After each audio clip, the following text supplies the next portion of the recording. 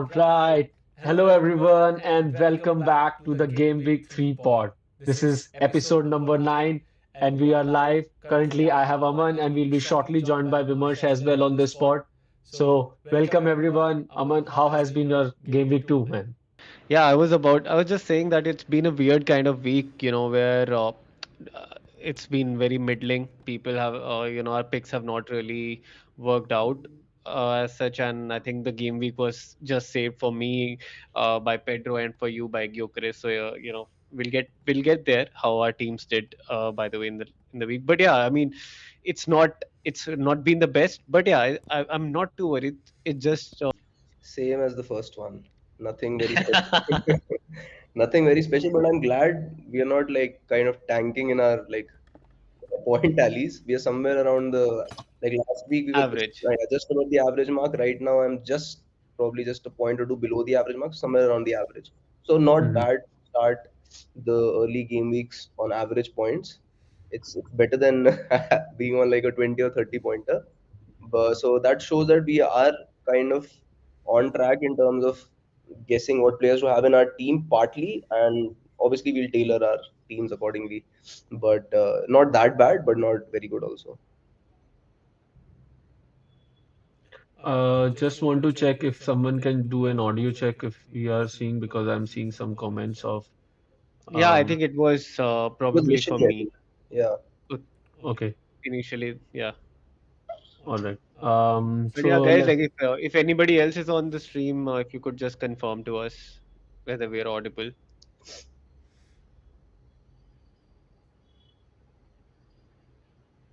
12 right. people watching. Sound नहीं आ रहा.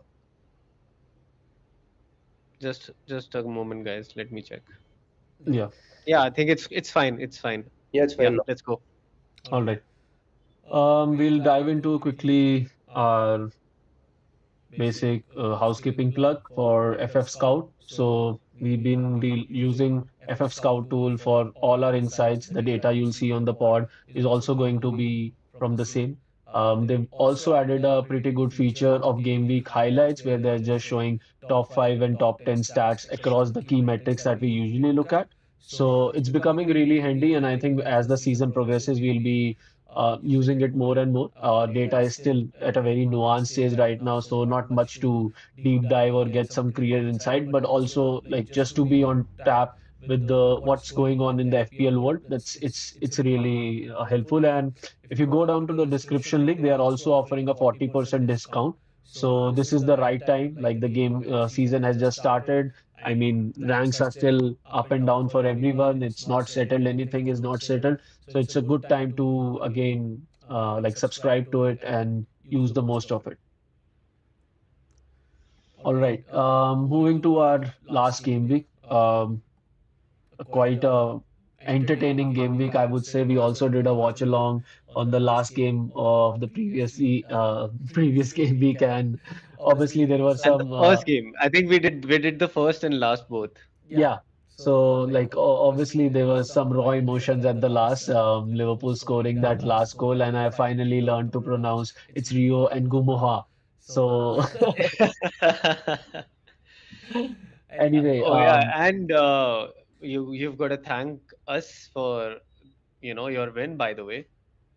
He's yeah, our he's our he's our academy product. yes, I don't yes. know how. And I by the mean, way, it's so I was I was going. I've been in Chelsea forums and everywhere, and it's been absolutely no surprise that he has won that game for you guys because we all know how good talent he right, is. So nobody's surprised at Chelsea.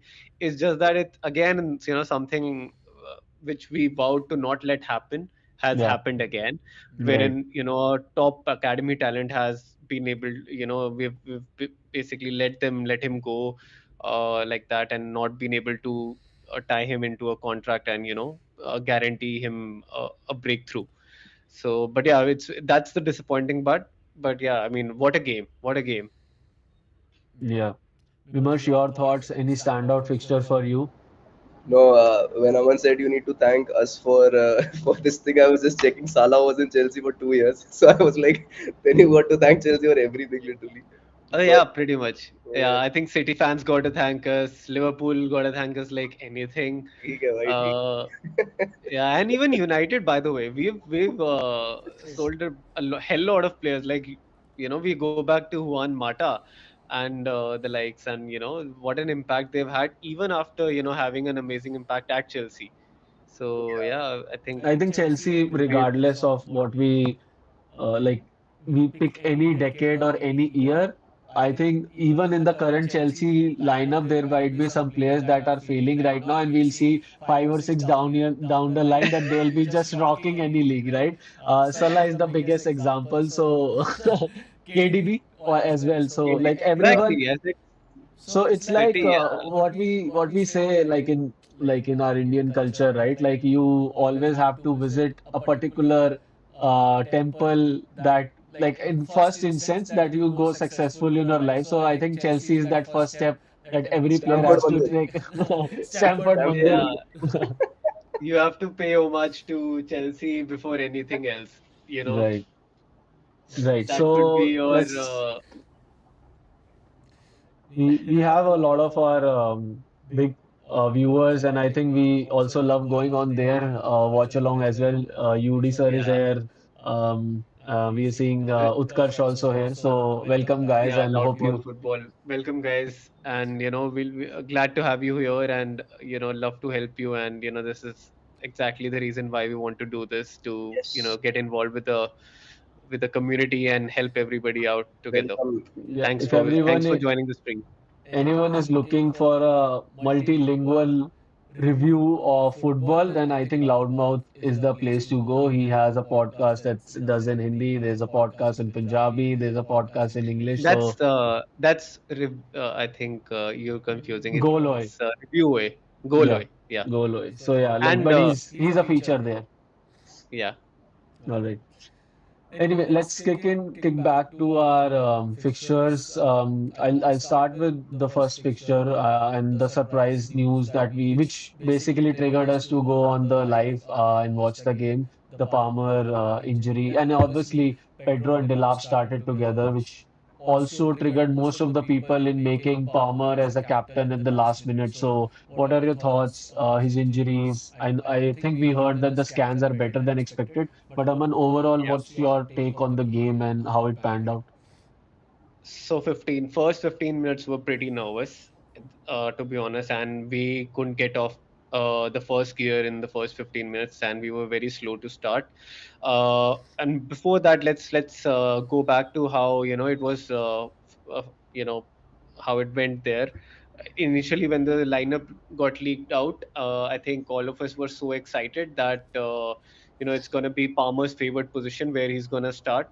Pedro would be central, and we'll have Neto on the other wing with Dilap forward. Like that's it was such an exciting setup. But yeah, last moment right before the game had to start, it seems like Palmer felt something in his groin, and everybody took a call to not risk it, and he was taken off the pitch. And Estevao came on, so started instead of Palmer.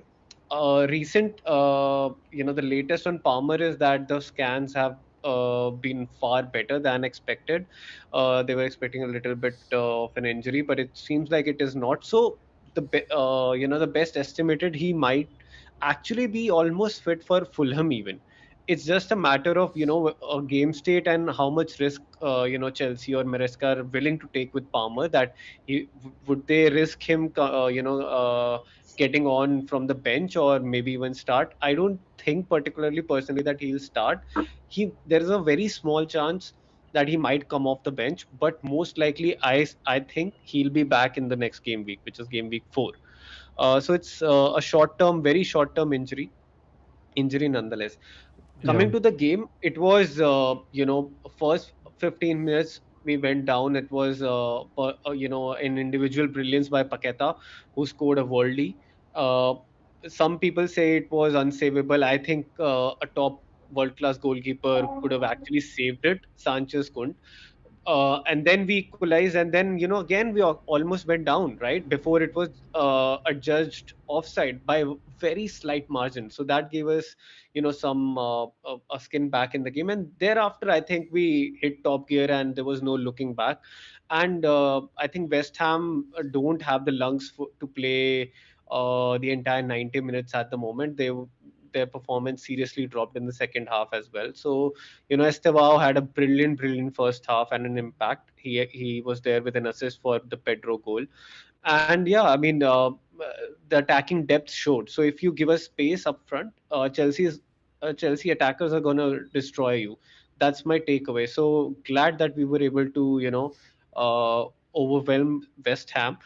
uh, One thing I'd like to point out, it's weird how everybody is saying that we should not get excited about Chelsea because even though we defeated West Ham 5-0, 5-1, and people are saying it's more to do with West Ham. I think no, not really. Yesterday West Ham, although they lost I think They lost they 3-2. they lost, right? But they were again up in the goals. It's just that they don't have match fitness for the entire 60 minutes. But it wasn't a easy match. I think there has to be some credit given to the Chelsea attack as well. So I'm just glad, uh, all the attackers we've got in, they have shown their credibility and they've played their role and gave a performance and shown impact. So I'm happy about that. Also, Yeah. just to add on to that, there's a lot of people who are saying that Chelsea scored 5 goals without Palmer. So I reckon his predicament is much like Jasprit Bumrah in the India England team. Like they're sensational players, but at the first glimpse of an opportunity, everyone starts criticizing them.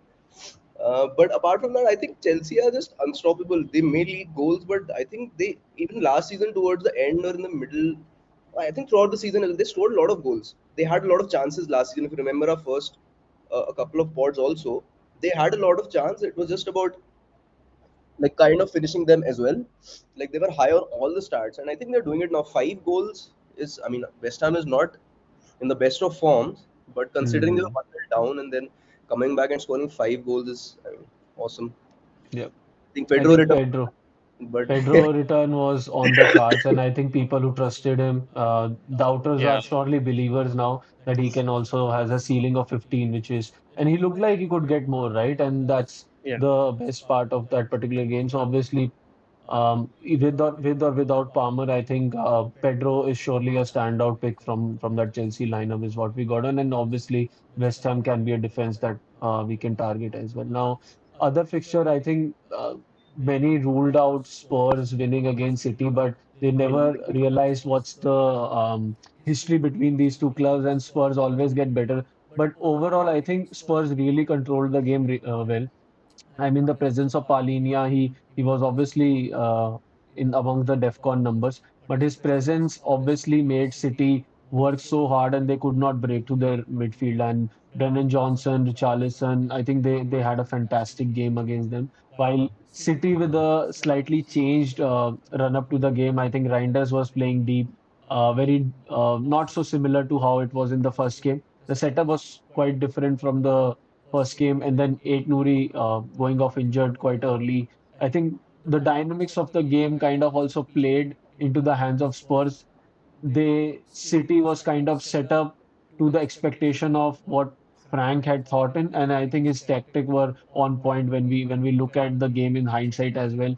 That they were able to press them, and even in the post-match, uh, Frank said that he has to thank Klopp for the Gegen pressing thing, like that what he adopted in this game. That the only way to defeat City is that if you keep pressing and be aggressive from the minute one, right? And that kind of played out. And I think the best part I'm looking at is like they kept the clean sheet, although the XGC was high.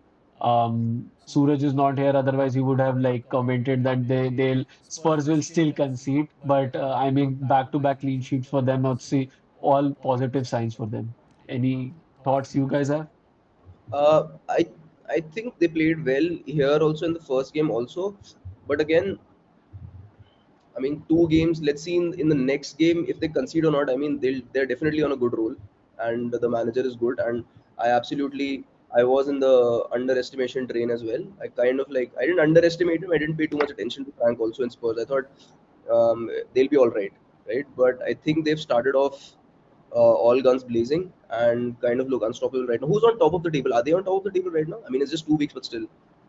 I think I think it's Arsenal. joint top, joint top. Arsenal. Oh yeah, they did 5-0. Okay, yeah. But nevertheless, I mean, they started off well, but I still think gradually they will concede. There is, they do get lucky in terms of keeping clean sheets. I wasn't able to watch the City Spurs match completely, Hmm. but yeah, good start for them. I'm really happy for them. Right. I think you mentioned about Arsenal, so we can talk about Yeah, Saka's injury that happened in that game. I think that is one key takeaway from there. But I mean, their fullbacks, man, Timber and Calafiori are just out of this world, and on a I'm roll, on a yeah, roll. We can't even pick them. Yeah. If they just let us know these people are having a guaranteed start, life would be so Yeah. much easier. But I mean, Timber got what 24 points? How yeah, did he have? he's the 24. second How highest did he? ever Highest. in How did match he? Yeah. strength. That's just it's and some. What was that start? 15 people triple captained him or something. Yeah, 72 There people. was. Who are these people? Get them, get them on the street. How do they know, How and do they know what this? are they on? What are I they don't know. on? Do Timber they brother have one, Timber sister two, Timber mother one. Yeah, all these people have come. That's Timber's family. Timber has a big family. But yeah, Ten I mean, brothers. it was an awesome performance from Arsenal, like a five-star performance, and Gyökeres finally to the fore, like uh, sort of doing that flicks in the camera, proving everybody wrong. That Two was some goals. statement, and I like it. I like when Yeah. players show that attitude. So good. I'm happy for him. But it's a little bit of a concern as well, right? Like Saka went off injured. Odegaard is also injured. Not Does sure that how mean long Eze that starts might the be. next one? No, I don't think Arteta is going to tell whether I Odegaard mean, will what are your start. I thoughts? I think mean, obviously Arteta Saka never is goes. out for 4 weeks, Yeah, so for three to four four to five weeks. weeks. But do you think? Yeah. Do you like Varun and Aman? Do you think Eze will start? Will Arteta yeah, Eze I think will start. will start? There's no He option, I think. already Odegaard is Might be also too injured, right? soon. But he then Yeah. who do has you lost think? faith in Trossard. They are already looking for suitable buyers for him. So I'm sure Trossard is not going to take Pretty that place. surprising considering Trossard is a brilliant player. I mean, in my eyes. Yeah, Yeah. I think like any team that is looking for a number 10, right? Yeah. Or someone who can play from left, they should just go take him from I mean, Arsenal. last season off the bench, he was spectacular. Last season, absolutely nuts So off the bench. the season before Liverpool bought McAllister and Trossard went to Brighton, that the season in which Brighton was like just unbelievable. And these two Yeah. players were the standout players. So obviously, like it's good to right. But In Brighton, let's there come were to also the pretty good players. I'll just summarize the Arsenal. Like I think one thing is like when we are going till game week 7, and there are a couple of questions around Arsenal that the community is also asking. So we'll again touch upon them. But overall, I feel like there are certain lot of suitable picks arising. But obviously, currently we can avoid them given the fixture run they have. But obviously, a solid performance. I mean, Leeds after first game didn't look like they'll concede 5 goals. And I was not expecting that they'll so I think their battery kind of drained off by the 60th minute, and then Arsenal was on top. I like they could have even until the last minute they were like every chance seemed like could convert into a goal. So obviously Leeds is again questionable defense right now. I mean against Everton, we can again debate that whether that game was an equal state game between the two more or less comparable side. But against Arsenal, they proved that why they are like going for the title there. So obviously a good shout. But I Let's also come feel like, I mean, the first goal came in the pretty late in the first half. Right? When did come the first goal the first goal for for Arsenal Arsenal. against Leeds? I think it was post 30th minute, but yeah, Right? it came I mean, late. Yeah. I think they were fine till then. It's just that I mean, just the one. Firstly, that goal and the second goal right before halftime, it affects you psychologically also. I think the floodgates opened after that. I think they Yeah. were doing okay before that. They weren't that bad, but after that, it was just like, and I think that's Hmm. also a valid point that I mean, they play a high intensity game, they get tired. Hmm. Yeah. All right, coming to the other key fixture, I think, and we'll talk about more in this pod because of their next fixture, um, Man United. What about that penalty miss, Vimash? Disappointment are front three right now. I mean, not exactly disappointment, but in terms of the output, I think I took a punt on Cunha. I don't regret it because the first 15-20 minutes he had some amazing chances which he could easily have been on sitting on a brace.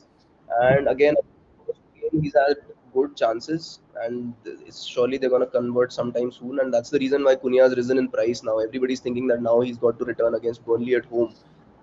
So it was a very dud game for United after 20, 25, 20, 30 odd minutes, like 15, 20. And after the penalty miss, also, I think Bruno missing that penalty was one of the last things that I expected. Not that he doesn't miss; he's missed 5 penalties now in the Premier League, but wasn't expected at all. I think he's not the role that he's playing in right now is not suiting him, Hmm. and we are kind of continuing with the same problem that we ended on last season, that we're not able to score goals. Hmm. So it's a very concerning thing considering we spent so much on the front three. I expect Sesko also to start now. It's high time all three start. Sesko gets a full game and we get to see if something happens. I mean, Gyökeres now has already taken off. He's done with his brace. The first goal is always very important for these strikers who just moved into the Premier League. It's very Yeah. important for them. So let's see. Fulham did well. Fulham did well in the game. Like after the first 15-20 minutes, they weathered the storm, and then United didn't have any answers. I Your think thoughts? United allowed Fulham to come back in the game. There were enough chances for United to close the game even in the first half. I think the Yeah. first 45 minutes I was thinking, I mean, this could be a game like people just like social media will go berserk about how good United is because of what it displayed in the first half. Yeah. Everything was working well, barring that penalty miss. I think even without that, I was expecting because a Bruno-like player, I think his character is such that he doesn't let go, like he doesn't let these emotions of missing a penalty take over him, and he still performs in the game. But I think in the second half, there were enough options for Fulham to realize that United is slightly complacent at certain areas, and they clearly banked up on that opportunity. Otherwise, they could have, like United could have scraped a 1-0 win also, which could have been a decent place. Yeah, I mean, the only goal he scored in 2 games is the Muni's own goal. So, so it's a very odd position to be in right now. If we don't do well against Fulham at home, that is going to be very, very concerning. It's okay to concede a goal, even if we concede one goal or something, that's fine. But we need to. It has to be a statement from Amaram now because there's just nothing else left. Like he's gotten most of the signings he wants, barring the midfield signing and the goalkeeper. I mean, he's gotten the attacking signings. So goal scoring we should at least score goals even if we concede goals. Is the only thing. Yeah. But it will come. I think it's just around the corner. I mean, right now, this is the fixture is prime for a United win. I mean, this could be that game wherein you start to go on a decent run. Although the next two matches are a little bit Very tough. tough. To be I mean, honest, they have a obviously you chance played tonight as City. well. They have a Grimsby. Yeah, Let's what see. is it? Grimsley Town, right? Grimsby. Grimsby, yeah. Looks Grimsby. like something from a comic. Harry Potter. Yeah. Yeah. So, I mean, these two matches could be the one which get you into that, winning rhythm. Once those goals get flowing from these top strikers like Cunha and Bumo and Sheshko, I think they'll get that confidence of converting from anywhere. Although Cunha has been knocking the goal so Yeah, like I mean, in very both the tough. He's been previous two games. unlucky. Yeah. It's just that also there's been a little bit lack of consistency. You've had your initial Minutes. phase of the game is where United has shown, and post that you've easily let the opposition come back into the game and Right. almost take the control away from you. Yeah. So Also, it if will you take notice some Korea time also, also. if you see his body language also, first 15 minutes he was everywhere. Like he was like attacking the ball. He had two big chances, and I mean the everything was there. He was positive. Everything was fine. But after I think the penalty miss also in the initial 20-25 minutes, he just vanished. He was nowhere to be seen. Yeah. He probably like kind of woke up from his slumber towards the fag end of the game. But then again, I mean, you can't. I mean, he's very demanding. I think from his teammates also. You can see through his body language also. Half the time he's just like flailing his arms here and there, like give me the ball or like running for the ball or something. But And I then, think yeah, Rishabh on chat is also making a fair point that, like, I also agree to this part that the MRM sometimes do feel stubborn in terms of his system, and I think he's called it out that he has an idea of a game and he's not going to move away from that. So that's Hmm. kind of doesn't allow you to have a plan B. So which sometimes in like these critical games doesn't help you. Like you want to have you have to break the rhythm of the game somewhere, get in a player that breaks in. So that's like he's not getting that spark either from the bench or someone from the playing 11. That's where it is missing. But I think yeah. I also the think things will Fernandez needs look to be better. upfront. Uh, Huh? think things will get better because I think against Arsenal they showed enough valor of playing against a top team, and I think this could have been in their favor. But again, pretty early to judge because the players Yeah, are new, and I think 8 players are like either playing new or like are playing in a different system. So that's one thing to there. yeah, I like to Let's move on mention to like other results. yeah, I was just moving to Everton fixture, and I think wanted to just point out on Grealish's performance.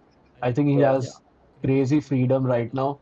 The way he likes to play, the way he was at Aston, I think Aston Villa. Yeah, in Exactly. City he had a very fixed role of probably passing to a couple of players in front of him, and kind of never showed his flair. And I think there he was on that left hand side line, up and down, and I think able to do keep the ball as much as he want, and like and he delivered right. And we were this was expected also out of him. I think he has those credentials which Everton have kind of hit the right point with.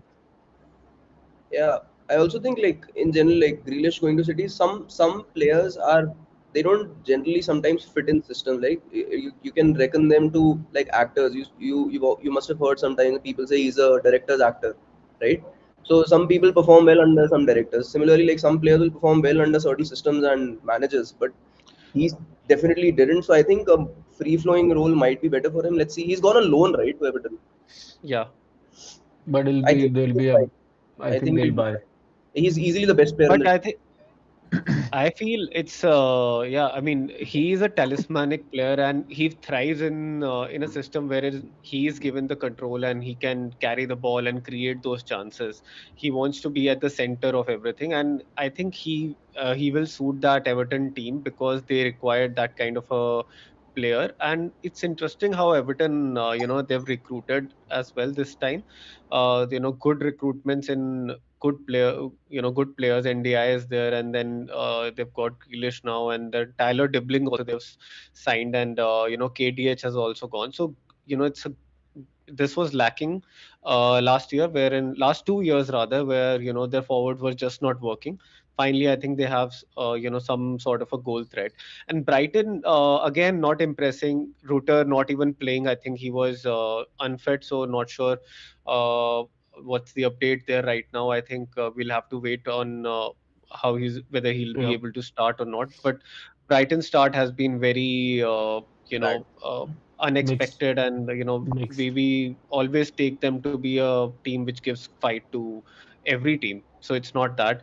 Moving on to Crystal Palace Nottingham, it's exactly the result I expected. I literally predicted a 1-1. Just a Would It's have the been shout result out we better for to expected, but everybody. we would have just wanted a nil-nil, right? Yeah, oh that's my what God, it would that have. would have taken my game week to next level. But I just wanted to shout out a couple of players from Everton again and criticize Welbeck for that stupid penalty also. But thanks Yeah, for helping Tarkowski keep that clean sheet. So Garner, who is kind of playing in place of Mykolenko, he had a haul.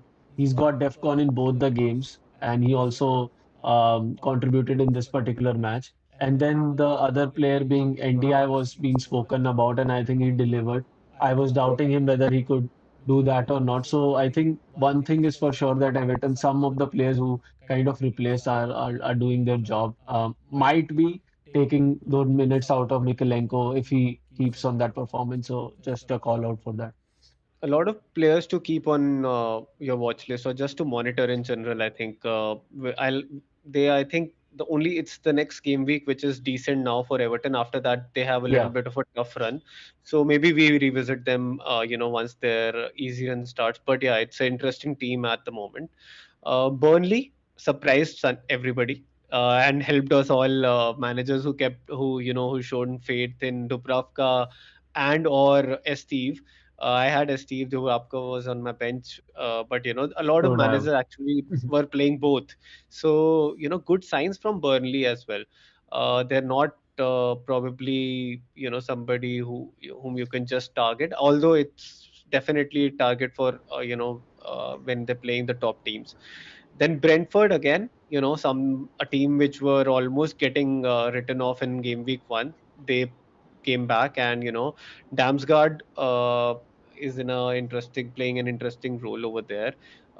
Taking He's on, I think, set pieces, and he's amongst Defcon as well. He has a good assist potential, and he comes back with an odd goal. And what a disappointment again, Aston Villa, by the Watkins way. and A Rogers. lot So with Rodgers and Brentford, what Watkins I again. realized, like Brentford, the difference between the first game week and the second game week, they started with Henderson this game week. So Hendo did like he was not involved in the attacking aspect, but if you look at the highlights of the game, you'll see how he conducted the midfield and like even the defense line. They were not going high up, which was the trade they were doing in the first game. So I think some pointer to mention there as well, although nothing from an FPL standpoint that we will consider. But yes, they conducted them really well. They were composed. Aston still had chances. I mean, they still had decent number of chances that they could have won this game. There were moments. It was not a game that we would say that Brentford completely dominated. It was they both the teams had like brief moments in the both halves. So I would say like, but still, like Watkins should have scored one goal at least for me in that match, had a decent big chance. So still, I would keep faith in those Aston assets. Like if people are doubting Rogers and Watkins right I've now, I kind of would, yeah, I've kind of lost faith in the first two games. I haven't seen much, so I'm not very optimistic. But just because of the fixture, and I'll hold on to them for now. But again, even Brentford we discussed in in our pods, right? It was not the yeah, full strength team they were playing in the first game. So yeah, so they showed they're not teams that you can just like bully around or something. They're a good correct, mid-table team. And right. another question that begs our attention is is Sunderland good or is West Ham very bad? So I still I don't think know. I it think it's with match. with promoted side, it's very difficult. Leeds and Sunderland had a good game in the first game week. Now Burnley Right. had. So I think with the teams that are always in bottom half, we should again take them with a pinch of salt and Yeah, not but like I was expecting Sunderland to do better, like win against Burnley, but Burnley defeating them. I understand Burnley home is tough, but very strange. I think Sunderland also crashed out yesterday, right? Out of the Yeah, by the way, EFL. Gu scored. Gio scored and he played full 90, so Yeah, I'm pretty sure not he's not going to expecting. start the next game. Yeah. Yeah. yeah. All So right. let's move So on. Yeah. we'll revisit this particular thing, but I just wanted to show this is the new FF Scout uh, Oh highlights wow. tab on. They can you can look at top five. So last game week, who was on top of goals, XG. Welbeck have obviously higher XG because of his penalty. Gyökeres also as well. Enzo is there as well. Bruno. So we'll revisit when we are talking about the players in depth. Look at some of the key stats there, but. Just a shout out again, if you want to revisit and look at the stats quickly, just who's on top right now, you can just filter out by game weeks, and even the list to top 10, top three, right? Moving to game week three projections. So standout fixtures again are Chelsea, United, City, City, and Nottingham. Nottingham as Nottingham. well because they're facing West West Ham. Ham. So Yeah. Liverpool has a tough fixture, and I think I personally have two Liverpool assets, one Arsenal asset in Gyökeres. So I'm thinking like whether how to navigate given how Wirtz is playing right now. It's like Wirtz is making me more nervous than Watkins right now because like the kind of role or kind of like it's also about the system that Liverpool are playing. Ekitike and Words are having such a high overlap between them. Both are going back, and both are going up front, and it kinds of leaves an opportunity for other players to like get on the goal score sheet, right? And Words is kind of assister to assist, like the final assist maker, right? So Yeah. this is where I'm a little bit concerned about Ekitike his. is doing really well. Ekitike is showing that Liverpool does not need one more striker. Ekitike. X-Pun. Vimarsh is X-Pun To again. maintain my expense. Yeah. Anyway, but I feel like this, like for me, this is kind of a fixture where one can obviously maybe think of at least two transfers because you might like onboarding couple of United assets or at least one from United, or if you don't have Nottingham coverage, because that's also a good clean sheet fixture, given they're playing West Ham. Chelsea we already have, so we just have to wait and watch for the Palmer news. I would not recommend making any transfer at this stage because I think by Friday we'll have clarity about Palmer news, whether he is going to start or not. And I think if it is the first fixture, also we might get a leak as well. So it's better to keep it as late as possible in case of Chelsea. But other than that, like shout out for obviously Bruno and Cunha or Mbeumo, who like if anyone is looking for a captaincy pick this game week, United midfielders can be one. Bruno is currently standing out. Barring that, I think City and Spurs have a decent odds of getting goals. Spurs are on a roll right now, so I feel like they'll continue on that momentum of scoring. I still doubt a clean sheet, but I still feel that they'll score a couple of goals in that game. Yeah, that'll be a good game, I think. Tottenham Yeah. Bournemouth should be a good game. Liverpool Arsenal will be highly contested as well, but Yes. given Saka is not there, I feel like from I an think attacking Liverpool should lens, win. Liverpool should win by a close, like a 1-0 or something. yeah. Um, let's see. I I'll mean, keep Saka for the game. they are so leaky right now. I am not able to trust the defense. The only good factor is Saka is not there, but Gyökeres Odegaard. and other Odegaard is Eze. also injured, right?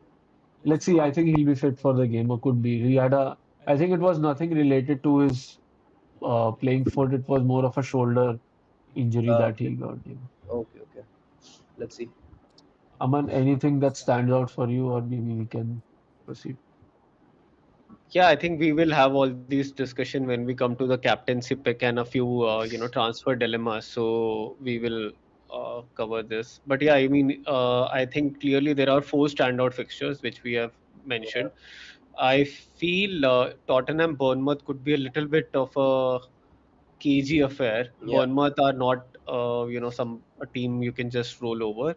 They will give a good fight, and they might actually score as well. So a decent scoring odds as well, 1.22. But I'll bet on Tottenham to come on top in It could that be like game. a 2-1 type of game.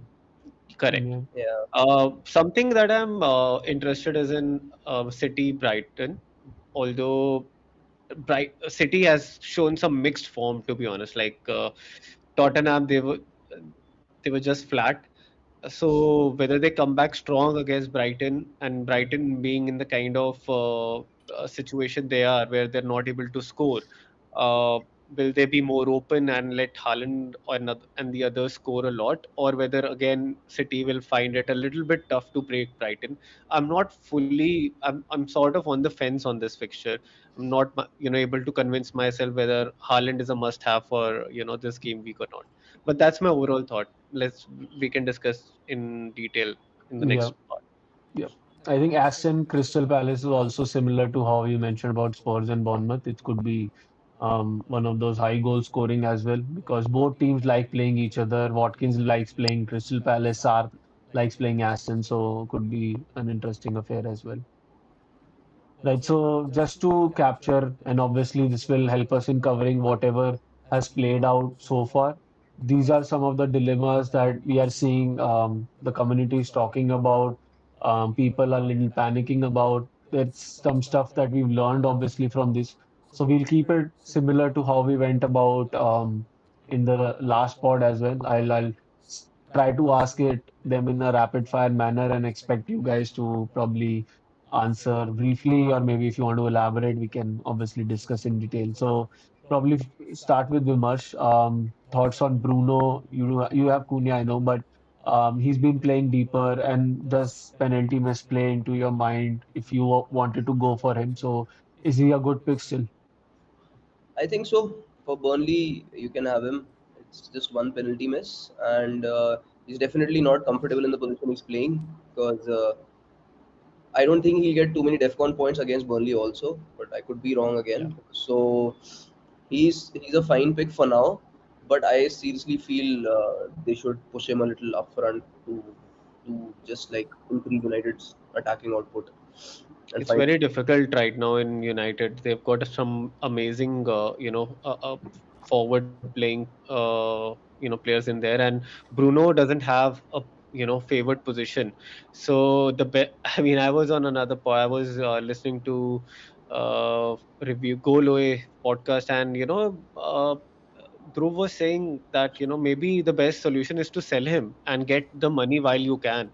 It'll free up the space. You can actually get a proper defensive midfielder, and it solves for the forwards as well.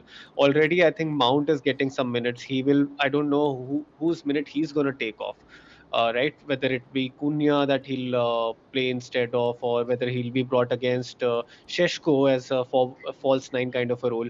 So it's already a lot of tussle up I ahead. think Sesko And and Bruno and Cunha are mostly non-negotiable. So the only negotiable people up front probably would be Mount, and yeah, I But think I just think Mount. he's loved by Amorim so much. correct. So I really doubt whether that could change. I think Mount is eating minutes of I don't know who will Mount replace. Mount is a like an apple to apple replacement for Cunha ideally, but There's um, Xerxes also who's coming back now. He I didn't have don't much, think Agreed. he gets but into this lineup right now.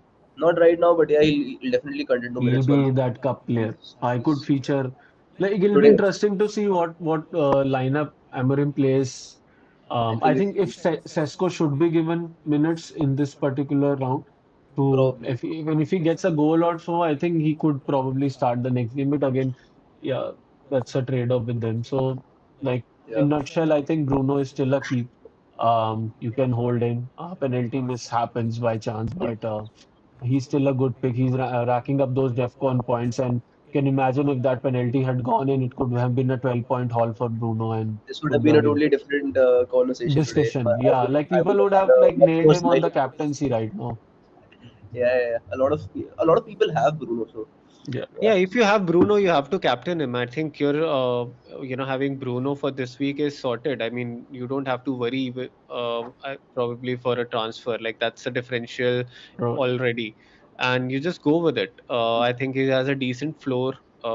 Might or as you said, might not get the Defcon points, but still, he has the pens. He has half of the half of the corners or free this kicks, set pieces. yes, exactly. Half of Yeah, the set pieces. So still quite a few routes to points, and he always has an assist threat yeah. at any point. Yeah. So I think one should trust, and the question is whether you buy him or not. Now, if for somebody who doesn't own any United asset, whether it's a clear competition between Cunha, Bruno, and Bumo, personally, I would like based on the first two matches, and Yeah. after seeing what I have, I would probably be more comfortable going or attacking with Cunha instead of Bumo or Yeah, even Mbumo and then Bruno. Fernandez would be my priority Yeah, order. yeah, similar. Correct. So I think one thing that's we'll go to the second part. Still to wait on votes or not, but to give that like a quick comparison, we were talking about Bruno here. So like I think the community or even FPL in general was split for this particular price point, like Watts or Bruno, and they were playing around, and both have not played out. So ideally, a swing could have happened in this particular position, which hasn't played out. He has a zero point 0.4 XGI in 2 games. So and it looks like that we've kind of gone for the wrong Liverpool picks in terms of Ekitike and Gakpo turning out the best ones, and Salah and Wirtz not getting what was expected out of them. So is there a sign to panic? Like I'm obviously nervous about Wirtz, but Aman, any thoughts on whether Sure. one should sell him? He's already dropped in price last night. Yeah, I mean, initially, right after the game week, there was a thought whether we should sell Wirtz immediately, but I think I've calmed down since then. Definitely, I think Wirtz is a solid hold at least till the next two matches, which are Burnley and Everton after this game week. So you do not sell for before those matches. I mean, what if he then hauls in one of those easier matches? So and then you'll rue selling him, and I Correct. think he's a solid hold. There's no need to panic as such, and I think without not going Salah was a little bit brave move, and whoever went that way, kudos to them. And even then, I think Salah hasn't In a done goal and an awfully assist, bad. I'm not very dissatisfied with him. I mean, our Yeah, expectations from Salah are so high that a goal and an assist in 2 games seems Yeah, so seems low. underwhelming to us that we are kind of discussing is he the right but Like player. we it's just want that cream of bonus points also with them to just make us Yeah, feel comfortable. And the best part about Salah, why you have him in the team is other than in comparison to anybody else from Liverpool, is that he plays all the minutes. He yeah. literally provided an assist in the 100th minute, so that's why you have him as your Even the captain goal because he was the can return 93rd or anytime in the 94th game, minute in the first game. Yeah, that was right? also quite late. Both injury time returns, like so. Correct. But that's only possible because he's one Yeah, player who will play the entire game. So yeah. I think it's fine, and Wirtz is a hold for me. Right. I've already Let's gotten move. off the boat train. Like Let's. had we known that this Isak saga will stretch so long, would have definitely gone with Ekitike, no Yeah. question. But who knew, Right. right? Yeah. That's true. So talking about Aston Villa, so they face Crystal Palace, and then their fixture run is also decent. From that, they are going to face Burnley and Sunderland up till game week 5. They face Burnley, 7 they face Sunderland. I think vice versa. But Vice like versa. that is like still making me hold on to Watkins right now. I didn't go with Rogers, so that's still I'm feeling a little comfortable that I don't have two Watkins Aston assets that are not performing right now. But I'll like, do we feel like their time is up, or like should trust like how you said for like a hold because of the upcoming fixtures? I mean, for one is obviously a hold. I think there should be at least one coverage of Aston. Exactly. But Yeah. what are your thoughts? That's what I was going to say. For people who have Watkins, I think they can go on and hold him. For people like me and Aman, who have both Watkins and Rogers, I personally am thinking of just removing Watkins and getting Wood, right? That would Mhm. be a plausible option because I am covered in Aston Villa attack with Rogers, and so is Aman. So, what are your thoughts on that, Aman? I think if we have both, it doesn't make sense to keep both. There's no point right now, is what I feel.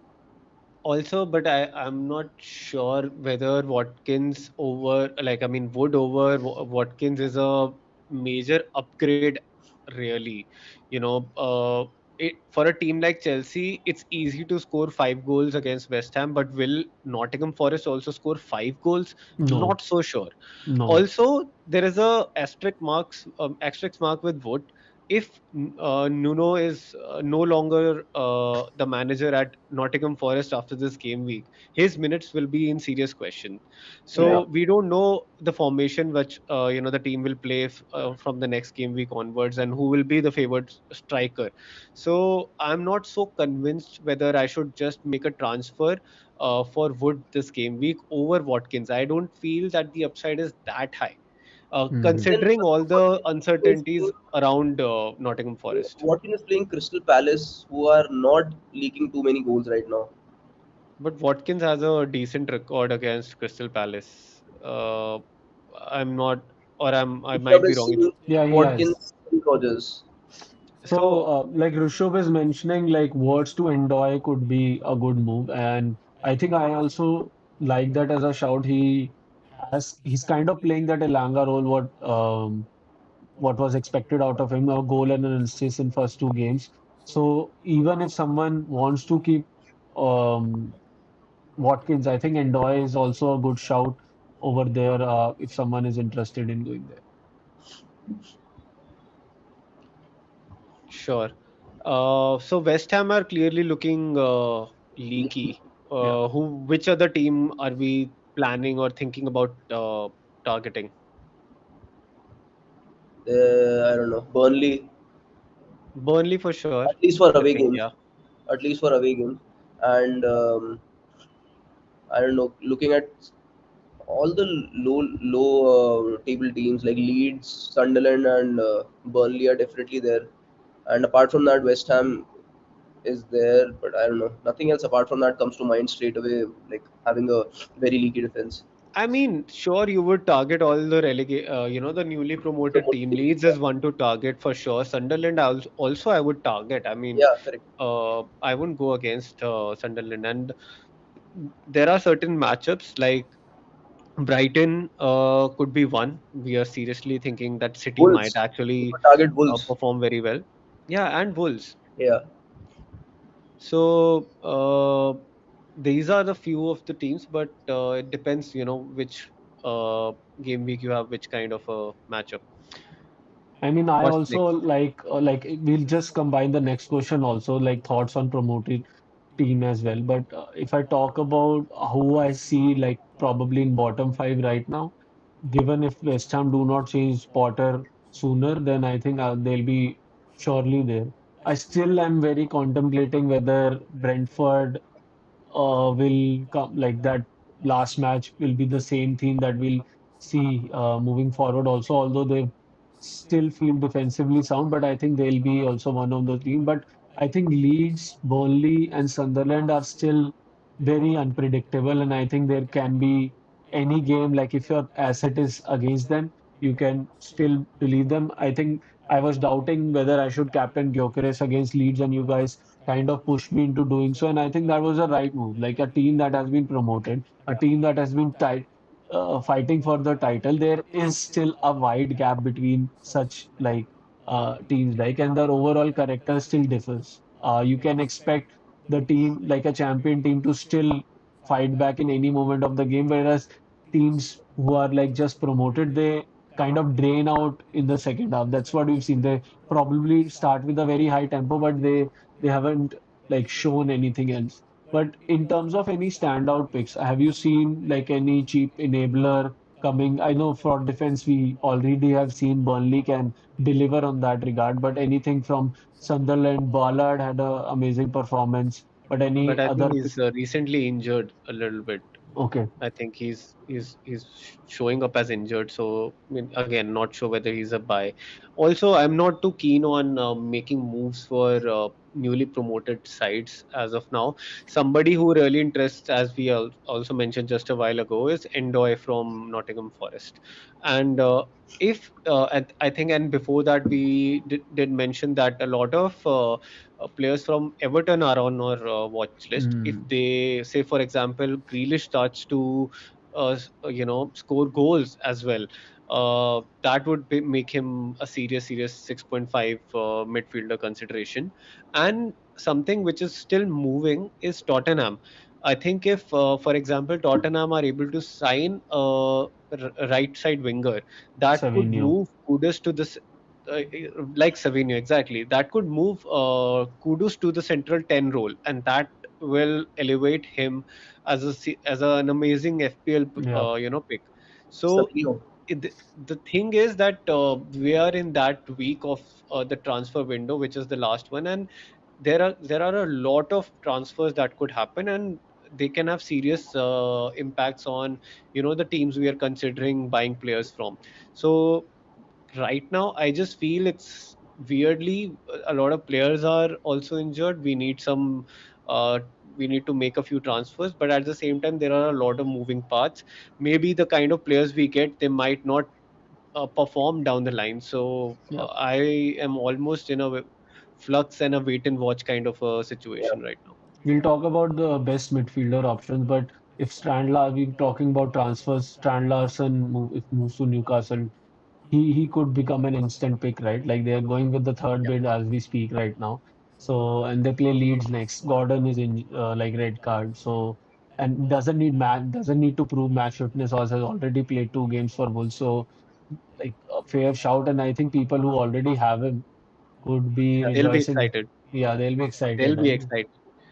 I don't I know if mean, he start even if immediately. he stays at Wolves, he's good enough. I think he's that kind of a player, and they'll be licking their fingers. I mean, if this move translates. I mean, So Newcastle, we were discussing in the last pod, Newcastle has so much delivery in the box that Strand Russell will be just like Yeah, smothered yeah. with goal, yeah, goal Even chances. while on the watch along, we were discussing like apart from Gordon, any striker we saw Strand Larsen would have been there. Yeah, That header would have been bulging in the net, right? So correct. that's there. Ilanga, Harvey Barnes, and Ben Gordon comes back Yeah. to give you assists.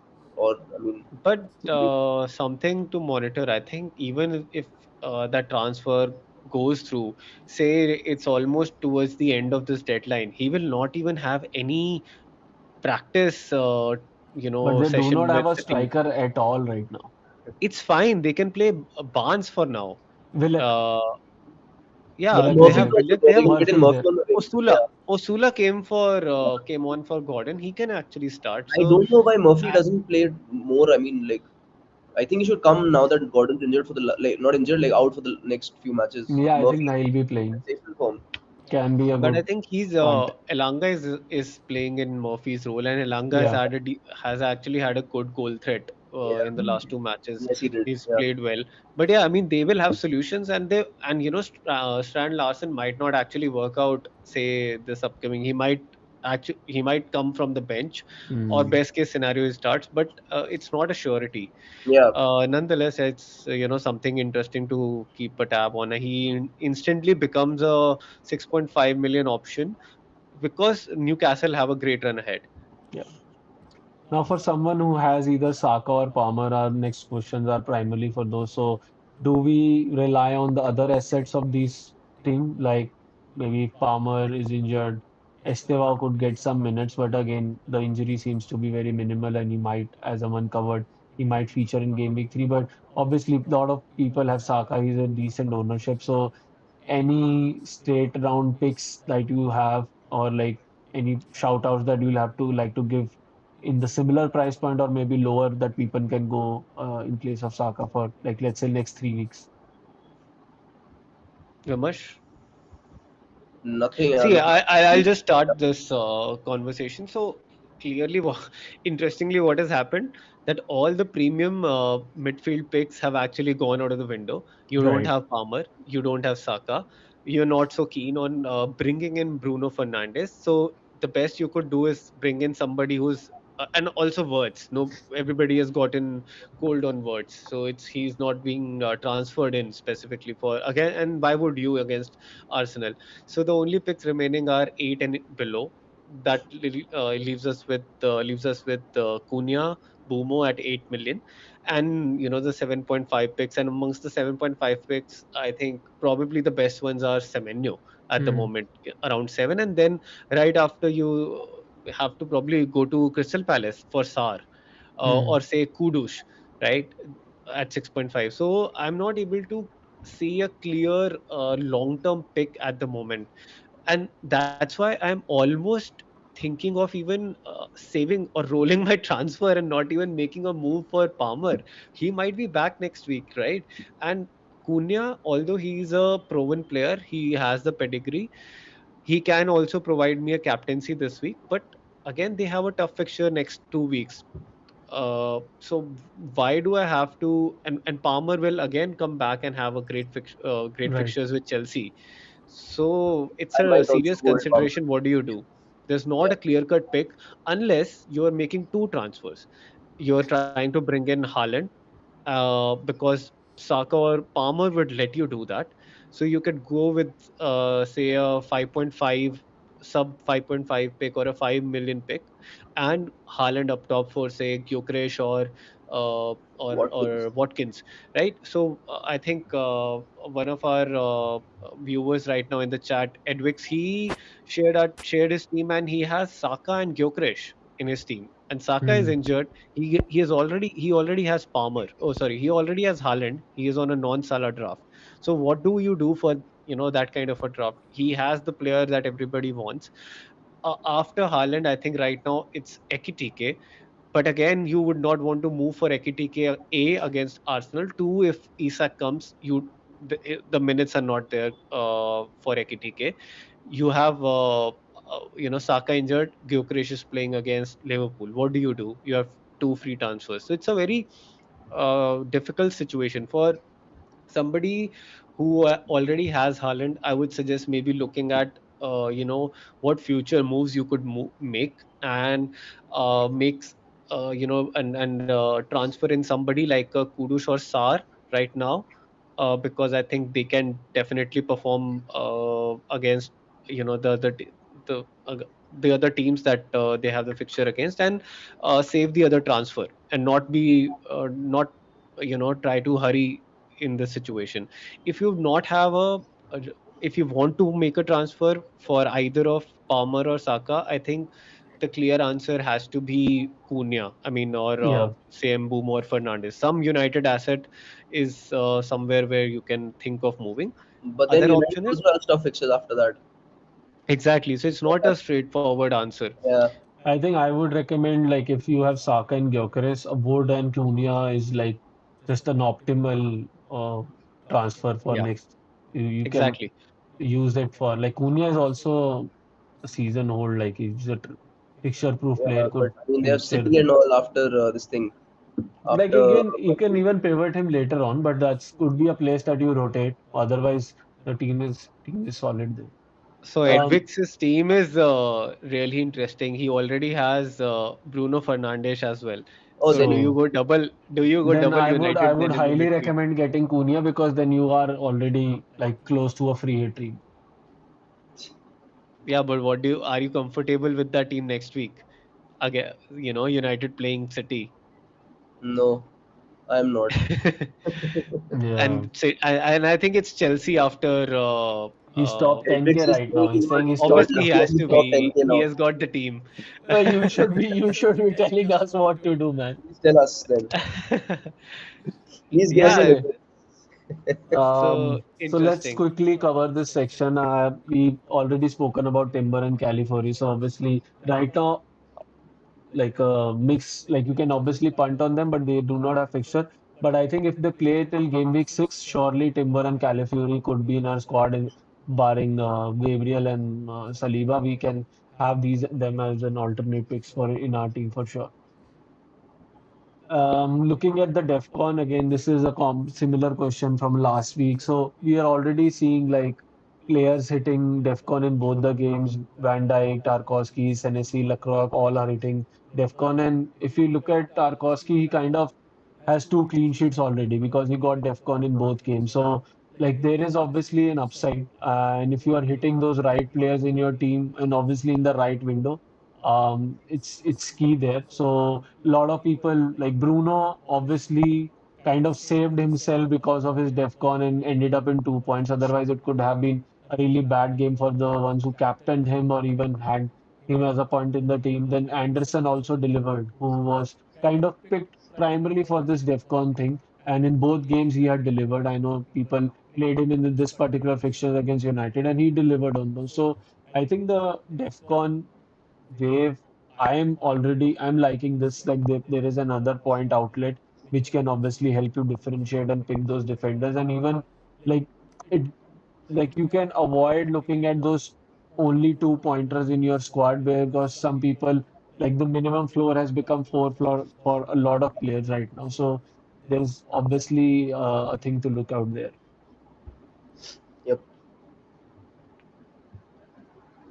So what do we have next? I think it's so we are talking about what are the best budget midfielders who are emerging. I So I think think NDI looks good on the eye. I like let's rank like top five right Yeah. now, and I'll start with mine. Uh, they're all 6.5 or 5.5. So I think my still the topmost pick in my mind for 6.5 is Kudus. Like I think he's uh still there. I think I would also name Semenyo in that 7 million bracket. Like he's also there until the time Clivert is injured. I think his appeal is going to be good. Fixtures are also good. And then I think Ismailia Sarr, given the fixture and like the way he's playing. So I think he'll be there. The other two could be Reinders and Anderson or even Grealish is also there now. So these are like the top five names. I am like on my watch list for sure. Yeah, so I'll try to go next, and I think the top right now for me is definitely Kudus. I mean, it's definitely because of the fixtures Tottenham has. I think he already has, he's crossing from that right side, so he'll keep on providing the assist, and he could have some goal threat. It's not too high right now, but there could be. And then obviously I would sort of rank Sar in the same level as Kudus, because Sar will take up a lot of that attacking role, especially since Eze has left the Hmm. Crystal Palace team. So Sar becomes a very key player up top, and he gets forward in the box a lot. So I like Sar as a pick. After that, I think something to monitor would be somebody like NDI and Grealish from Everton. Uh, then definitely, I think in the next bracket, it's definitely Reinders and Anderson still. Endoy as well Although from Nottingham, I and forgot. Endoy, right? And then there's also Dango Tara, who I like, Brentford. but again from Brentford. So although Brentford has a difficult run, after this week, wherein for this week they're facing Sunderland, but post that they have a difficult run till almost game week 9, and Yeah. from 10 it gets a little bit better. So yeah, not somebody who's on my transfer in. Some One interesting player could also be who could be an enabler is Pepe Matasar or João Palhinha from Tottenham. Douglas Lewis is Palhinha has also 5 million. He just and Douglas Lewis. So that's why I'm a little bit concerned about Anderson now. Whether he'll but I be think on he's those played so well. I don't think he takes his minutes. He'll again play not alongside. minutes but set pieces. Yeah, Douglas yeah, Lewis is a set piece specialist. yeah. Even a penalty So taker. exactly. So what happens? So he could have a larger impact on picks like Anderson and Wood, and we are all thinking about bringing in Wood, right? So yeah, so these are a few players right now, and then Right. 5 million. I think Pepe Matasar. I don't like KDH anymore. Why? uh, What they do? because he was supposed to play in that 10 role. That role. He played that one game in preseason. He might still do that in, say, the cup games, but right now in Premier League, he's being played as a defensive midfielder, Hmm. and he's not even gathering those I mean, he's playing defense in the points. 10th. He's ideally like on the paper, he's playing on number 10, but he's also kind of a second striker. But there is no like I haven't got like I've been holding him for last two games, KDH, and he hasn't given me a feeling like now has been a chance that he will score. I mean, couple of assist related chances for sure, but there hasn't been a chance like I have felt like he's looking threatening now. So I'm already thinking if I can offload him for anyone who has a decent upside, if I get point 0.5 from somewhere. But that's like he's I don't think it was a right move to. I judged him too quickly to that, and also I thought that Defcon could be an upside, but he's not also delivering on that as well. Hmm. I Let's mean, move to captaincy, or Vimarsh, you have any point? no, I think you. I mean, there are no other players left for me to add, but that's. Oh yeah, your ranking we didn't ask, yeah. No, no, no. I mean, I don't want to rank anyone because you very nicely covered all the players. But just to keep an eye on some other players, one would be Enzo. Enzo, I talked Hmm. about earlier also. He could be Yeah, because he's not that costly. Also, I think he's 6.5 or something. yeah, six Yeah. and a half. And even last season, I was in one of our pods. I was kind of confused that his minutes might not be confirmed, but apparently they are. So I think he could be one. Another one, if Brighton show some signs of like glimmers of hope, and they're You see giving up Enzo Mitoma. stats XG. Is he there? Yeah, Where is he? I can't see. Can you point the? Yeah, it's third. He's third third in the on last the 2 weeks. Oh third. yeah, there you go. There you go. So he could be one. So I didn't know that. That adds to the this thing. The other one would be there's this player called Vifer in Brighton. He's hit Defcon both the games. So he could be Yeah. a good enabler, right? If he keeps on getting those two points each game for 5 million, you're getting 4 points almost every week. So I think he could be a very good enabler for your midfield. and Mitoma hit the crossbar in the last game. He's had decent in the second game. I think he had a point two or something, somewhere between a point two and point three xGI. So Right. if Brighton's fixtures turn, they could have some budget midfielders to target as well. So All right. yeah, Let's move to the captaincy pick. Aman, you want to kick it off? Yeah, I think it's a week you can definitely go against Salah. So there's no clear-cut captaincy to begin with. Salah himself is a big match player. If he is almost okay to it's almost okay to captain Salah. It's just that psychologically, nobody, you might not feel like it because definitely Arsenal is going to be a tough fixture for sure. But again, Liverpool has been attacking, and they're probably the most attacking side still in the league, and Salah shows up in those matches. So still a decent captain, but I think it has to be between one of the two United picks in Bruno and yeah, Cunha, and between Haaland. I think definitely Haaland will be getting a lot of those chances, and Brighton are looking very suspect. They could be very leaky against City, yeah, and Haaland could again have a haul, right? yeah. So if you have Holland, Haaland Holland. he could be a Holland. So if you have him, I think I would captain. If I had Haaland in my team, I would captain him definitely over even United. That's what I think. If If yeah, not, then second I would definitely keep anybody any United pick, whether it's Bruno or Cunha Yeah. that you have. If you have both, I'll probably tilt still towards Cunha. So I don't know, but I mean, you can take your pick, whomever you are feeling yeah. more I But think if if you confident you have look about. at Haaland, it's captain Bruno, Haaland. has had more XG than Salah. I know there was a penalty thing, but Yeah, it's a if you, penalty thing. That's Yeah. because of the penalty thing. Yeah, but again, if someone wants to read, but if you look at XGC of teams considered, then Wood is like a kind of a standout differential yes, captain this game yes. week, right? Differential captain. Wood and Pedro both are a differential captain picks Yes. this week. I think Like, Fulham could be a little bit tough team to break down, Yeah. especially it's a London derby. Although the good part is we're playing at home. Uh, so, uh, but as it was in the first week, we found it very difficult to break down that low block of Crystal Palace. So it could be another tough day in the office, and we could probably just scrape past with a 1-0 win over yeah. Fulham. So if I had If to pick, if I Fulham would draw first. against Chelsea, I will feel so not good for like that. Like you didn't play well or something. Then Fulham will have some merit to their this thing. For But sure. Right. I still feel Fulham are a decent team, at I mean, the least manager is defensively. good. The Yeah. manager is Yeah. he So he if I and then lastly, I think it's Watkins.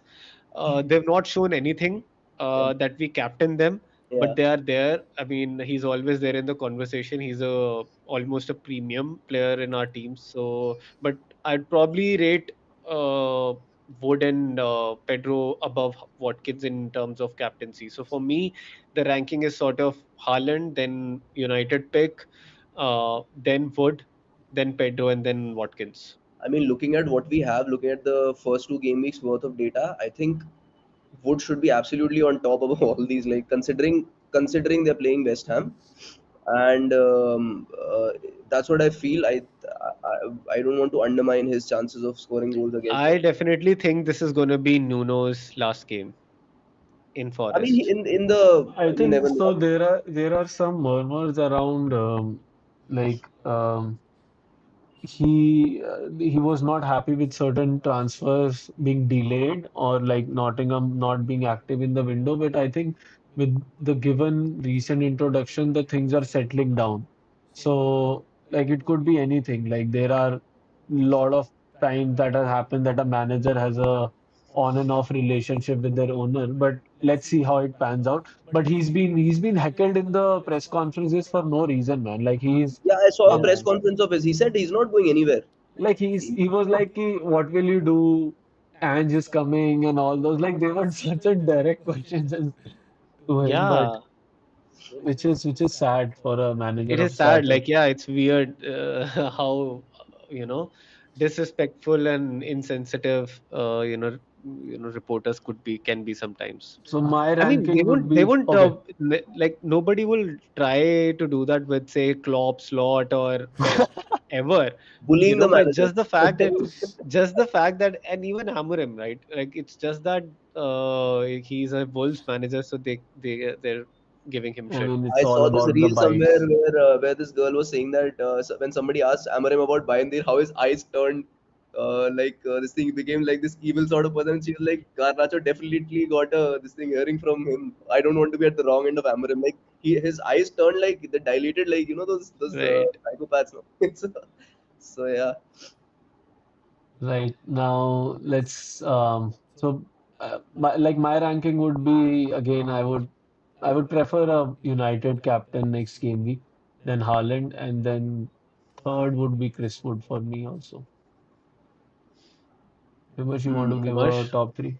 For me, uh, if you have Haaland, then Haaland is number one. If you don't have Haaland, then I would go number one with Wood, followed by Bruno, followed by Pedro, followed by Salah, followed by Watkins. Nice order. All So right. for somebody who doesn't have Wood, who doesn't have Haaland, who Yeah, doesn't have Bruno or Cunha as well, Pedro, and it's basically the first three players that you're looking at: then Pedro, Pedro, Salah, Pedro. and Watkins. What I would go how for would you rank between Watkins. them? I would go for Pedro. I would definitely not go for Watkins. Absolutely at the bottom of my list. Right? He has shown nothing at all. Like Aston Villa No, has but shown he's nothing. had decent chances. I saw see First game he didn't have any chances. Zero. first game, but Last game it's he had 5 shots. That's all right. Nothing very like dangerous. I Not don't know. high I just XG, yeah, feel sure. like Yeah. Palace. Yeah, I mean Pedro I is mean, he also a will return decent for shout. sure. I am actually trying my reverse jinx.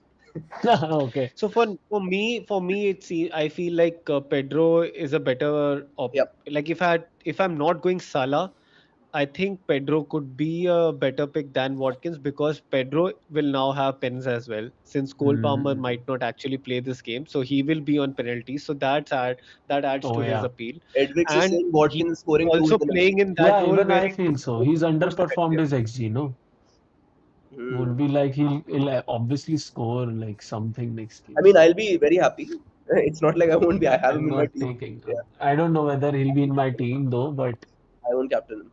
uh, yeah. Yeah, but we could Anyway, listen to Edwix. He's Yeah, a I top mean, pick. after a 15 pointer, you're still wondering, you're still doubting. Who Okay. Pedro?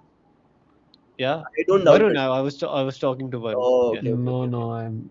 I mean, considering the preseason form, Watkins also should have returned. By now. He scored in all games, 5 games, I think, and same with Pedro. Pedro's given his worth, but it's Hmm. Watkins' turn now. So let's see. All right, let me just adjust this. So we have next section is our buy, sell, hold. So currently, this is the like watch list, or you can say the list that we have for players you should be holding. I know there have been doubts around Bruno, Wirtz, Watkin, Palmer, Nottingham defense, Rogers. So they are all kind of our hold right now. If you talk about Saka is injured, so Nouri is injured. They are obviously sell in a void. Even I would say I would put Liverpool defense also in a sell or a void Yeah. because I think they are leaky. Kerkez is not looking like that he has some attacking potential that he used to have with Bournemouth, so that's also not happening. But in buy, I think there are some good shouts like for the next game week and even for the next 3 or 4 game weeks as well. They decent shout. I think 8 Nuri we added both places, so that's a mistake. Yeah. But otherwise, I'll just take that out. Yeah. Yeah. So no, that's a fair list. I would not be so convinced on Richarlison because he would definitely be sharing minutes with Solanke. Uh, I'd probably rather be more comfortable going, say, Kudus or Johnson. Johnson has a Hmm. better goal threat Then than Kudus, who has a higher assist threat. And Johnson, I think, has returned in both the previous two games. So I think I like Kukurea him as also a is pick. I mean, I wanted to have him in my team. I couldn't accommodate him. Kukurea, I think, is a must-have, Yeah, personally. yeah. Yeah, And yeah. I think all the picks in the I buy. think like he's the perfect 8 Nuri replacement at the moment. Who? I think we can add Gakpo Kukurea. here. Yeah. Gakpo Yeah. looks like a buy. Goodmanson, I'm not too hell-bent on. I don't I'd know. rather go Rodon because he's been hitting DEFCON points Yeah, Hmm. why would you in buy a place of Leeds defender Goodmanson. for now? So you already have enablers. You have Steve, and so Yeah, I mean, if somebody is not actually necessarily a planning to buy. buy a enabler, Yeah. Yeah. Maybe if you're playing a wild card or something, then you can keep them as enablers. right? And even in there's just this sell avoid Diouf. I know West Ham is not in the best of this thing, but in the first game he hit the I think he hit the crossbar or something. He had But a I big. would not go near West Ham at all at the No, Yeah, you don't yeah. have moment. to go I near. don't The think. thing is, if you have him, should you sell him? I don't think I would say I have Diouf, I so I would won't not sell him. prioritize that transfer because it's easy to bench him. Yes, correct. Hmm. And again, my second point was that it's not It's like the thing is, avoid. It's both sell and avoid, right? Yeah, correct, correct. basically all the West Ham are avoid. I'll just complete my sentence. My point is around the fact that Diouf still has kind of returned in the second game, although he didn't have the best of this thing that is owing to the 5 goals. But in the first game Yeah. also he did crossbar or something. So I definitely don't think he's because West Ham, even though they are losing, they are still scoring goals. One goal odd, one odd goal, they're still doing with Paqueta or someone. Wouldn't go near them. Definitely not a buy, but I wouldn't put him in sell or avoid or something. I don't know. I think he's an avoid for What Yeah, sure. about avoid him. Sell maybe not. Yeah, yeah. what do you think about Gyökeres? We have not have in this list, but where would you Yeah, put it? interesting. I would put him in. That's an interesting. If you have him, hold him. If you don't have him, avoid him. Yeah, So I we'll I wouldn't. put think same, I wouldn't buy him. yeah, same. yeah. Let's. What do we have next? Are we discussing our teams? Yeah, Because then we can talk basically about the Gyökeres. last leg last leg of our podcast. So quickly I punted on Gyökeres as captain. Basically, this is for what I got him in my Sensational starting punt. 11. Yeah, so Sensational luckily, return, sensational punt. I What think a a weekend! wonderful move. I'm yeah, so glad that you went Gyökeres captain. Exactly the kind of Yes, outcome that we were expecting, and he yes, delivered for you. yeah. And yes. the good part is like, I think what played out into my decision was like he was going to be on penalties and not Saka.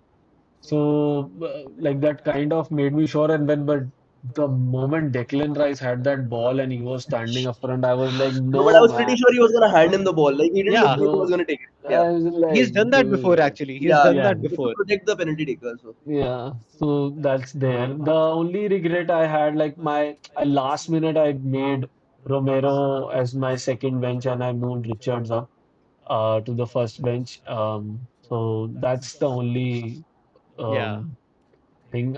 could have been Otherwise, even better. Could have been even better. yeah, so it could have been a good jammy, but I'm happy, like decent score. We are around the 100 mark, 100, I think we points. yes. I think 4 odd million rank doesn't matter, but yeah, Good with it's a Tarkowski decent. also. Got a good return from I mean, Tarkowski. I love him as a pick.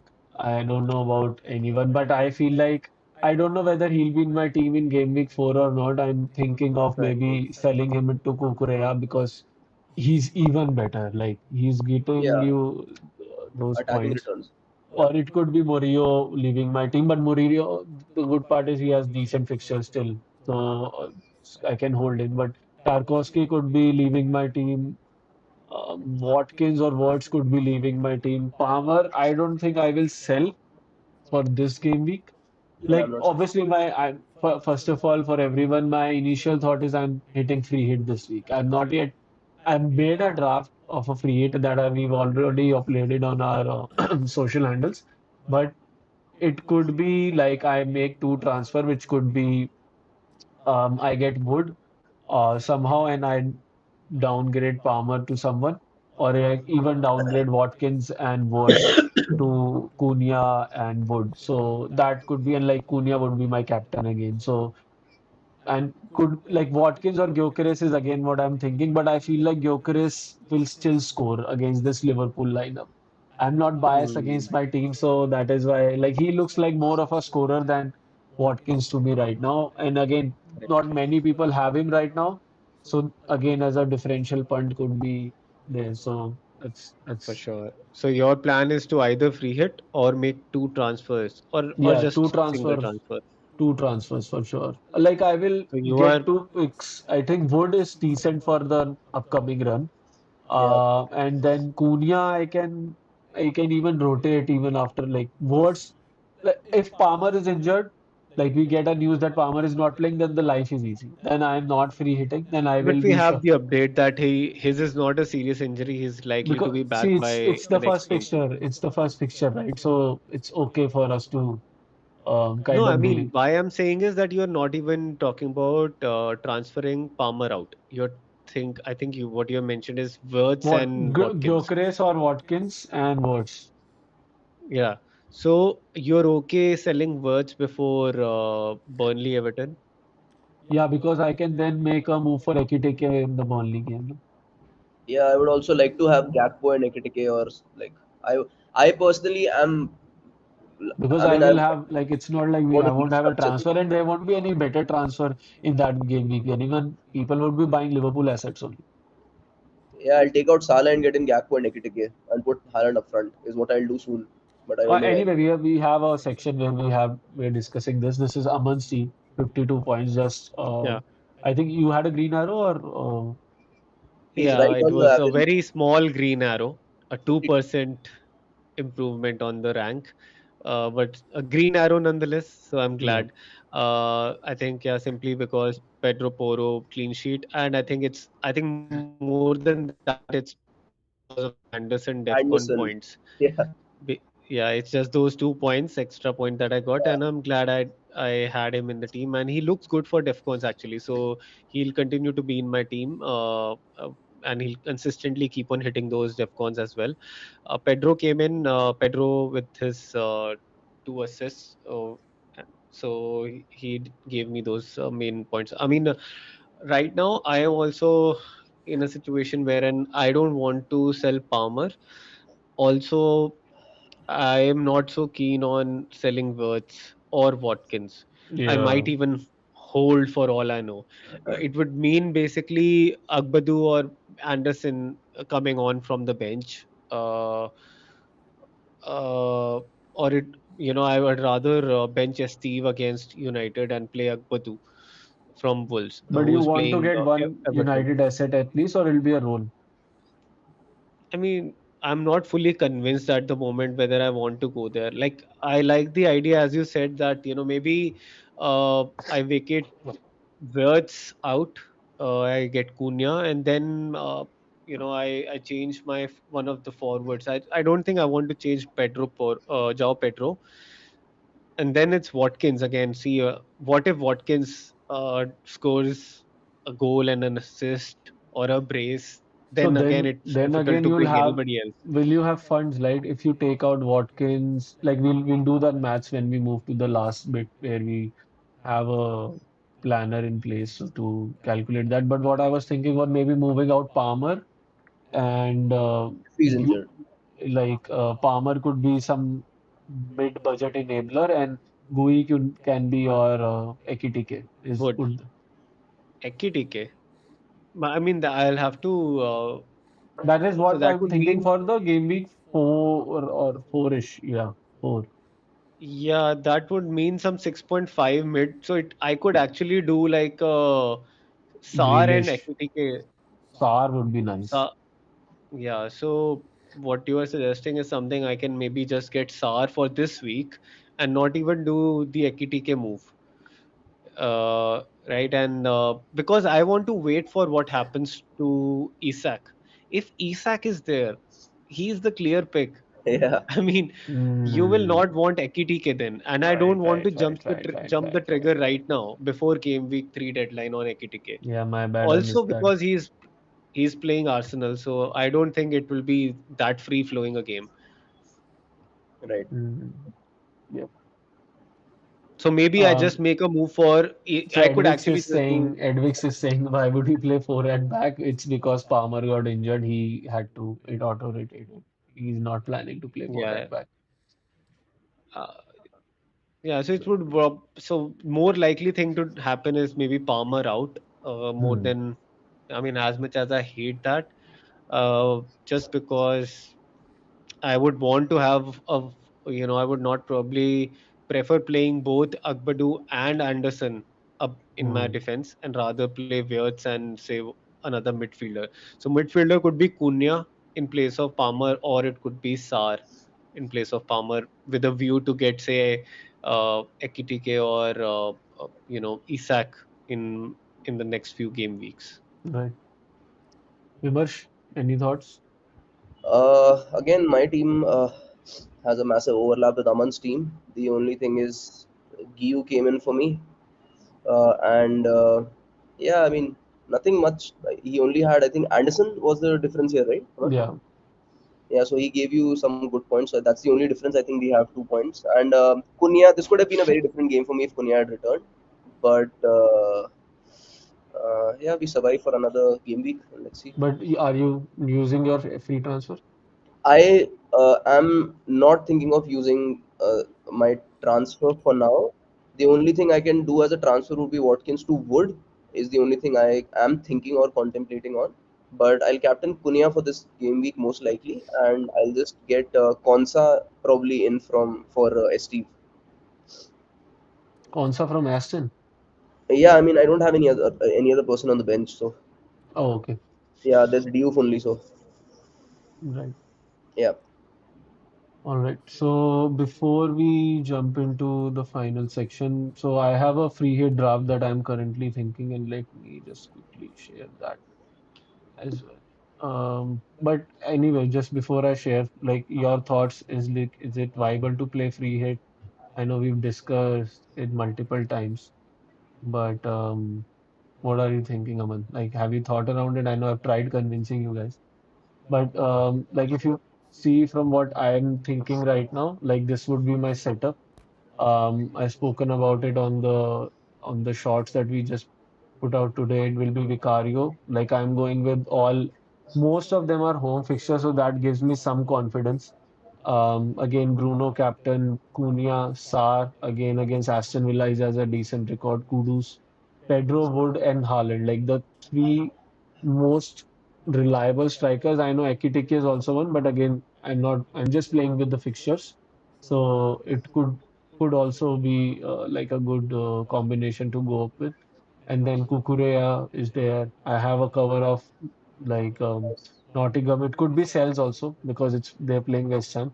But I'm already doubling up on them on most games, and I have not gotten a good thing. So I'll just test on Vicario whether this could work out. So it could be any keeper. Like I could probably play Poro here and Sanchez this. It could be more like a template that people have. But I think given I have like if I do not play free hit, I have Salah, Words, Gyökeres already. Watkins is not firing, so why not like just hit a free hit because it's complete midfield overall for this particular suited for this particular and it's kind of expected to hit like relatively 8 or 9 points more than the average team, which in actuality could be more as well, right? So Hmm. like and why I'm thinking so is because I think the next window for free hit seems like to be free hit 6 and I kind of have envisioned my path how I would be going with that but like how I can get Haaland for that particular fixture Reinders would already be there. It would obviously mean selling Salah but I'm fine because I do have a captaincy in that game week in Haaland, and then moving from there as I will always have like my team will be set up from game week 7 to then onwards. Then it's all about getting Arsenal players. It's not even about Salah as a good captaincy shout from there on. He has tough fixtures from then, so that's what I'm thinking. No, it's a fair week to actually do a free hit. I think for you more so because you have Gyökeres from Arsenal who's playing against Liverpool assets, and Liverpool assets also are Hmm. two. I mean, one of them is weird. So if you had say Ekitike, you'd probably be more. You would be feeling a little more comfortable with that team. But I can fully understand the logic behind this draft and playing a free hit this week. I mean, I think any chip should at least give you somewhere about 10 points extra. than the average that week. And if and this team on paper at least seems to be, giving that. Uh, for me, I think I already have you know a few of these picks. Like, I mean, both of us have Tottenham cover in defense, and we also have you know Nottingham Forest cover in defense, and then I also have Chelsea cover in defense with Sanchez. Yeah, So I feel like three of the four picks that you have in your defense I already have in my current team. Apart from that, I'm missing, say, a captaincy punt on United, United. which I can get with a transfer. So that is, I think, something that can be Haaland could managed. haul, no? Haaland could, but might as well not. I mean, if he had actually scored another goal last week, I think it would everybody would have had Haaland by now, whether it's free hit or with transfers or even a Hmm. hit. But that didn't happen, so I think that helped everybody. Uh, Again, and Wood could do, Watkins could do as well as Wood, and then Pedro is already there in the team, which you don't have. So it feels like, apart from, if I have the captaincy covered, I am almost there with the free Yes, hit team. The only major missing part is Haaland, and if and luck Chris is on Wood. my side, he might actually not, trouble a lot. Yeah. So I feel for my team specifically, there's not a lot of upside going with a free hit this week. Yeah, I mean, just to add on to that, it's the same with me also. I have the same team. I also have one additional advantage of already having transferred Punya in. So for me, Right. yeah, so it's even less sensible for me to play the free right now. Same, I have Tottenham defense, Chelsea defense, Nottingham defense, and I have Cunha, and up front I have Pedro. So yeah, I will. The only thing in this team that I see on the screen right now is the Bruno Fernandes captaincy. If I had him, I wouldn't captain Bruno, but you never know. Then anything can happen. But that's the only thing. Hmm. Apart from that, this looks like a solid team for you. Like Bruno can be a boomer as well. So, Yeah, and I could I would still personally upgrade. choose, yeah, Boomo and Cunha. I can So even for even do all somebody, three. I can even do all three, and Dorgu could be any other defender, right? Any other team. no, but I like Dorgu as the defender. I would ask you to, if you're playing, you should keep him as the defender, Hmm. playing defender. Yeah. Awesome. Uh, if we had to just roll back a little bit, and for somebody who's new to the game, Hmm.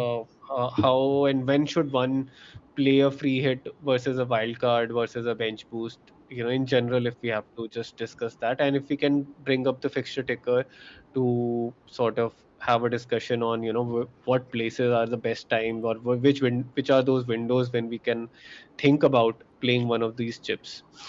It would Let be, I think, me, helpful to our listeners.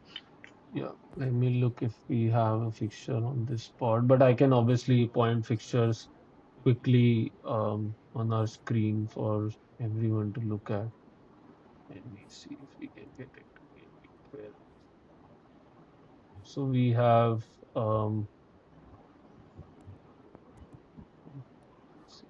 so we have till 7, but let me try and in the meanwhile, you guys can start talking about how you guys Right. are thinking. So, But yeah, I'll so put just that. to give everybody an idea, like, free hit is when you feel that a lot of players in your team are, maybe for some reason, are not playing that particular week, or say they're playing each other and they have a very tough fixture, right? Say the premium players in your team, such as this week, Liverpool is playing against Arsenal, so it's likely going to be a low scoring game, and since most of your money is parked in those kind of players, that gives you an opportunity to play a free hit and attack the other better and nice fixtures, wherein there is a high probability of more goals, and go with defenders with higher chances of clean sheets. So that is one situation. Another situation is when many players from your team are, say, blanking in a week, and that could be because of some cup games that they might have, and they're in an advanced uh, you know uh, stage of that cup for example, the EFL Cup or the FA Cup, and then they're Yeah. playing each other on that weekend. So then they generally end up having a blank game week, and they double in another later on. But since we have to play all of these chips once in the first half of the season, Yeah. there will be no blank game weeks or double game weeks. So we will have to pick a week wherein we have to play a free hit and a bench boost. So the idea with free hit, as I told, was to analyze when your team is in a situation when you might not, when you would be scoring less than the average. And if you go with a free hit, you can score, say, at least 10 points more than the average. So that would make it a good free hit week. And this upcoming game week 3 is one such opportunity for somebody who has more players, say from Arsenal and Liverpool, because they're playing each other. Yeah. uh, Coming to wildcard, I think wildcard is uh, generally to sort of do a proper overhaul. It gives you unlimited transfers for 1 week, and you can keep making them as many times as you want in until the chip. You can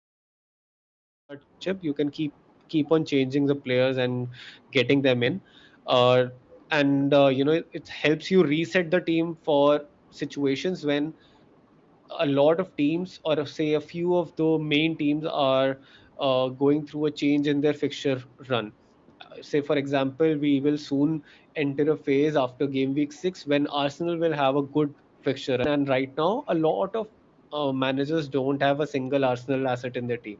That's a good opportunity to sort of rehaul your team, and bring in, and if for example you see situations like Salah not performing well by the next 3 weeks, and on the contrary Haaland is doing well, so then you can make it, bring those main, overhaul the team completely by shifting the core of the team itself. So that is where wildcard comes in handy. And bench boost basically lets, for 1 week you are able to play the entire bench.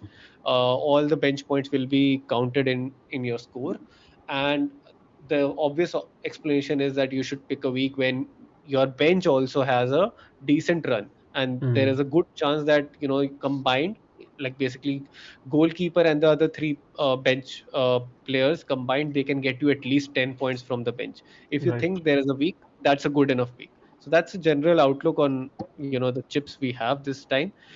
In Now let's discuss the windows, that the likely windows, in say the first half of the season, that is up till game week 19, when we have to use all these three chips. So Varun, you can take this. Yeah, so we talked about this when the game launched and like to high level understand. So if you look at the aggressive view that we have, we thought of Bench Beast 1 could be one like a potential.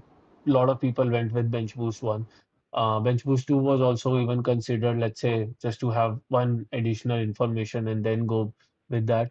And now the Free Hit 3 is where I'm inclining towards it is popular. Then Free Hit 4 is again popular because of like you see top teams having good fixture. That's the crux of it. Like if you do not like for someone like Edwix, he had no Liverpool cover. And when he goes into game week 4, he might like playing free hit because then he can play three Liverpool assets who are just hitting the ground, hit the ground running, and he can play them against Burnley and then not get any City player or any Arsenal player and can probably get Leeds, Fulham, or maybe Chelsea assets, three Chelsea assets, three Liverpool assets, and even Spurs asset because they're playing West Ham. So this is something that could like become a free hit window or even a triple captain if someone thinks like a player can score a crazy I number think I of points. forgot talking about the triple captain. Yeah, Yeah. that's So another triple chip. captain is when your like captain points are like 3x from what do you get usually as to in a particular normal game week. So and then yeah, we've been discussing about what could be the potential wildcard windows. Game week 5 and 6 are also considered because then from 7 onwards, Arsenal fixtures are turning around, and a lot of the teams right now do not have Arsenal coverage, and people would like to onboard onto them. And then Even similarly, City fixtures are turning from game week 6. yeah, was about to mention City, Arsenal, and even like, and then you can offload your Aston assets as well because by game week 7 they will be kind of they could have would have played all their key fixtures that is there. So I mean, that is the idea that once you play wildcard, you are basically set for next 10 game weeks. You will be able to navigate all the game weeks you've kind of planned for that. So the two windows are probably game week 5 or 6, and then the other one is 13, because from there, Liverpool and Man City are having a favorable run of fixture, and you would like to have at least five assets from these two teams. Another could be like again a pick like Nottingham. If Sunderland assets are doing good, then they could also become a pick, because just before this window, there are certain game weeks where you will offload their players, right? Like Liverpool before this game week 13 is playing Aston Villa at home, City and Nottingham. Three tough fixtures. So there are chances that we will be offloading Liverpool players. City also has plays Liverpool and Newcastle away. We know how Newcastle away is tough. So there could be a chance that we do not have more coverage of these two teams, which then makes us and because if you think about, if you offload these players, they are a very high bid or high ticket size player. So you have to get them back, you might have to take a hit or something. So it's always better to recreate your team by a wild card and then like use that as a journey from there on. So that's kind of the idea, and we have this view already uploaded on our multiple social handles as well. So you can always view, drop us questions on our Instagram. We'll be happy to respond whenever you have any doubts. Cool. All right. I think this was one of our lengthiest podcasts. We finally are coming to the closure of this. So I hope you guys enjoyed whatever we covered.